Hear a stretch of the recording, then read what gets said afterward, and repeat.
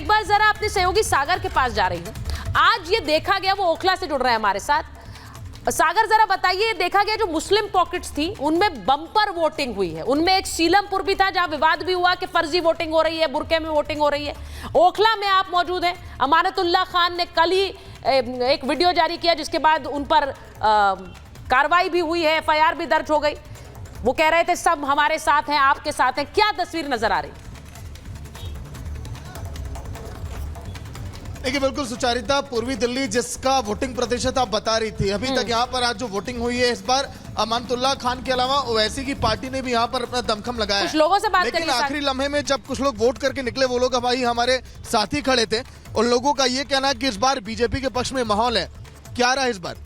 इस बार लग रहा है कि मनीष बीजेपी का माहौल है यहाँ पर, अच्छा माहौल है, अच्छी वोटिंग प्रतिशत रहा है यहाँ पर। और हम ये भी देख रहे हैं कि आने वाली सरकार बीजेपी की भी हो सकती है। 10 साल तो अमानतुल्लाह यहाँ पर रहे, क्या नाराज किए क्या वो आप लोग? नाराज क्या होता है ना, एक बार कि आए हमारे पास और हमसे सुने, मिलना। नाराजगी तो यही है उनसे क्योंकि इस काम को लेकर पब्लिक धक्के खा रही है, चक्कर काट रही है। हाँ जी, आ रहे हैं, करवा रहे हैं, इसी चीज़ को नाराजगी तो पूरी पब्लिक को है।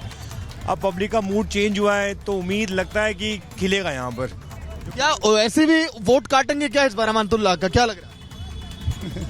नहीं, वोटर मिले हैं जो कह रहे हैं कि यहाँ पर कमल खिलेगा। बीजेपी तय आपकी भी तरफ। अब ओखला जो है अमानतुल्लाह खान का एक तरह से वहाँ गढ़ माना जाता है। इस बार असदुद्दीन ओवैसी की एंट्री हुई है तो कहा गया कि शायद कुछ वहाँ पर सेंध लगा सके। लेकिन एक बार करोल बाग जा रही हूँ, हमारे साथ हमारी सहयोगी जुड़ रही हैं वहाँ से।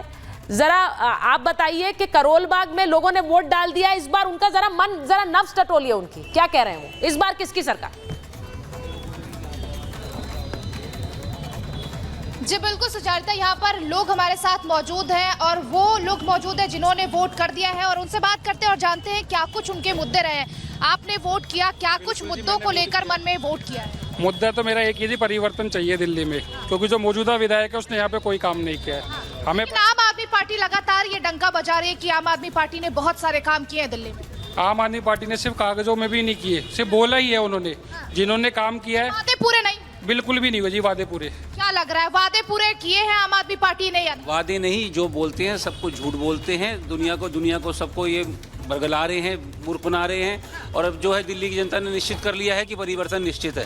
परिवर्तन होगा, परिवर्तन निश्चित होगा। आप देखिए, इनको कोई सुविधा नहीं है, बेसिक सुविधा सारी खत्म कर दी है इन्होंने। क्या लग रहा है, परिवर्तन होगा या फिर वापसी होगी? वो 8 तारीख को ही पता चलेगा परिवर्तन होगा क्या। हाल आप क्या सोच रहे हैं, किसके मुद्दे में दम है? मुझे लगता है कि ये बड़ी बात कही है भाई साहब ने जो अभी बोला, भी जारी किया था। क्या लग रहा है जो भाई साहब ने अभी बोला? अनंत विजय जी के पास चलूंगी, जरा अनंत जी को ले लीजिए स्क्रीन पर। उन्होंने कहा एक्चुअल नतीजा 8 तारीख को ही पता चलेगा। मुझे लगता है इससे बड़ी बात नहीं हो सकती है।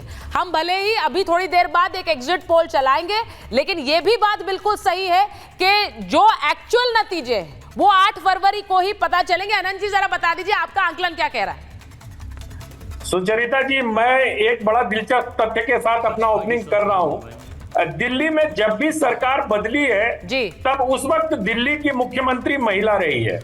अरे ये बात सच, ये वाला आपका जो आपने इंटरेस्टिंग ऑब्जर्वेशन दी है अनंत जी। भाई, सुषमा स्वराज जी जब भी मुख्यमंत्री तब शीला जी बनी, फिर केजरीवाल जी आए तब भी शीला जी थी, तब बदलाव हुई। अब आतिशी जी हैं। मैं कुछ नहीं कह रहा हूँ, मैं एक तथ्य आपके और आपके दर्शकों के सामने प्रस्तुत कर रहा हूँ। नहीं, अब जो हाँ जी बोलिए, पहले बात कंप्लीट कर लीजिए, फिर मैं प्रीति जी के पास जाऊंगी इस पर।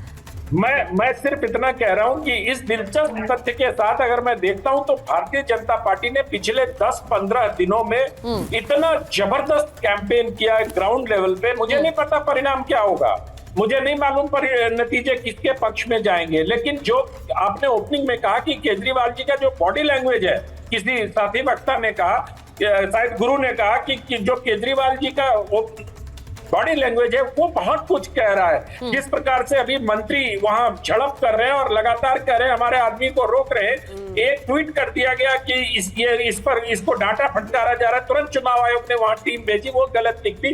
तो मुझे लगता है सावधानी हो सकती है, अतिरिक्त सावधानी के तौर पर। लेकिन आम आदमी पार्टी अंदर से कहीं ना कहीं थोड़ा हिली हुई जरूर है। और एक और बात मैं कहना चाहूंगा, जो कांग्रेस पार्टी के अभी प्रवक्ता कह रहे हैं वर्मा जी कि हमारे बिना सरकार नहीं बनेगी, तो ये तो सब लोग पहले से जानते हैं। 9 महीने तक पहले तक गलबैया आप लोग कर ही रहे थे।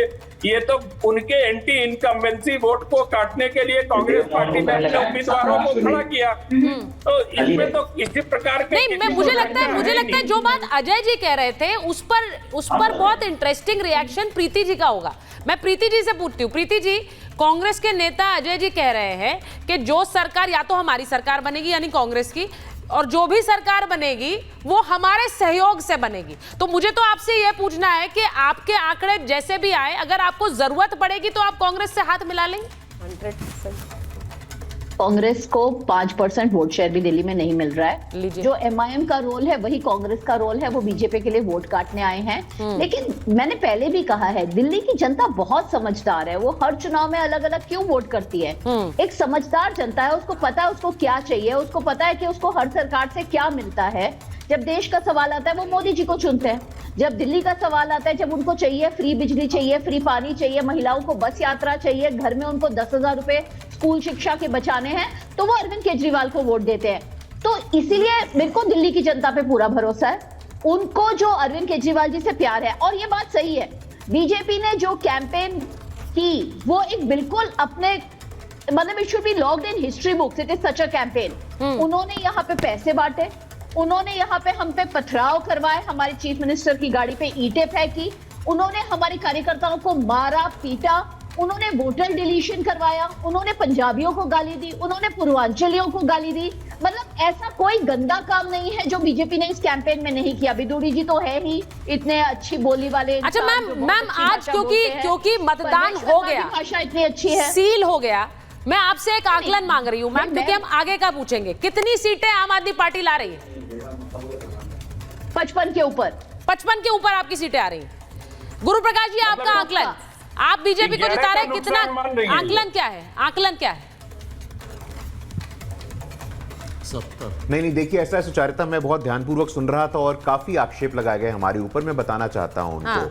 आपको विधुरी जी का आप नाम लेती हैं, आपको ताहिर हुसैन का भी नाम लेना चाहिए। आपके पार्टी के सुसज्जित काउंसलर रहे हैं, आपको मानतुल्लाह का भी नाम लेना चाहिए। आप भूल क्यों जाती हैं? आपको कुमार विश्वास का भी नाम लेना चाहिए। मैं तो नाम अजीत पवार का ले सकती हूँ। 70,000 करोड़ का घोटाला, आपको उनका भी बोलना चाहिए। मैं आपके बीच में नहीं बोल रहा था, मैं आपके बीच में नहीं बोल रहा था। एक एक करके बोलेंगे ना, मैं आपके बीच में नहीं बोल रहा था।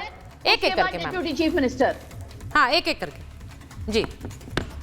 आम आदमी पार्टी, देखिए प्रीति जी, आप वरिष्ठ हैं, लेकिन आम आदमी पार्टी के संस्कारों का परिचय मत दीजिए। थोड़ी बौखलाहट बचा के रखिए, परसों आपके काम आएगी।